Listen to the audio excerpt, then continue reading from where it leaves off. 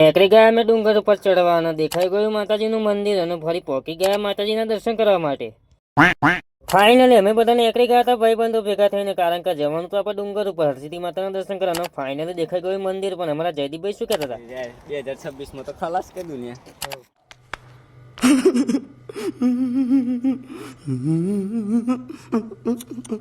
તો ડુંગર ઉપર તો ચડી ગયા હતા, પણ કાચા રસ્તા ચડી ગયા હતા, કારણ કે પગથિયો અત્યારે હાલની અંદર બંધ હતો. તમે આવો તો હાંચવીને આવજો. તો માતાજીના મંદિરે અમે પહોંચી ગયા હતા અને ફરી લાગી લીધું માતાજીના પગથિયે પહોંચી અને ફરી પહોંચી ગયા અંદર અને ફરી કરી નાખ્યા હરસિદ્ધિ માતાના દર્શન. તો કોમેડી અંદર જે હરસિદ્ધિમાં લખવાનું ભૂલતા નહીં. તો આ મંદિરના પાછળનો ભાગ. ફરી અમે દર્શન કરીને નીચે ઉતરતા હતા, પણ અમારા જે આયા ત્યાં રસ્તા નતું જવાનું, કારણ કે અમારા મારવાનો તો શોર્ટકટ. એટલે આ ભાઈ લોકેશન કાઢી નાખ્યું. લો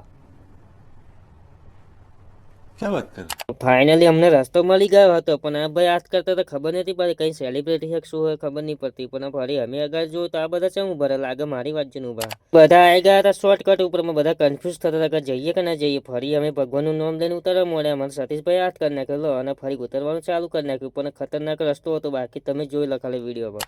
ફાઇનલી અમારો બંકો આવી ગયો તો મોડું, પણ એન્ટ્રી મારવાના ચક્કરમાં એવા લોબા થઈ ગયા. લો ઘર ભેગું થાને ભાઈ.